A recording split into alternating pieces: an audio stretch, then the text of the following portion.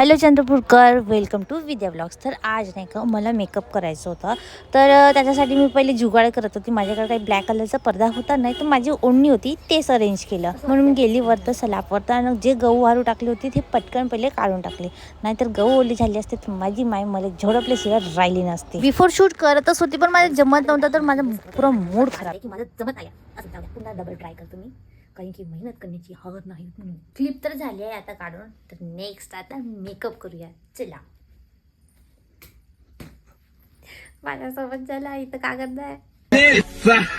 मी पूर्ण माझा मेकअपचा सेटअप करून लावली होती आणि रिंग लाईट लावली आणि आरसा फक्त पाहिजेनच मेकअप करायसाठी. नंतर मी स्वतःलाच बघत होती. मेकअप करतानाच लाईन चालली गेली यार, असं काऊन होतं माहित नाही चंद्रपुरात. किती फरक दिसतोय. थँक गॉड नंतर लाईन आली आणि लाईन आली की मी पुन्हा लागले आपल्या कामाला. आणि मी बसली होती 6 वाजता.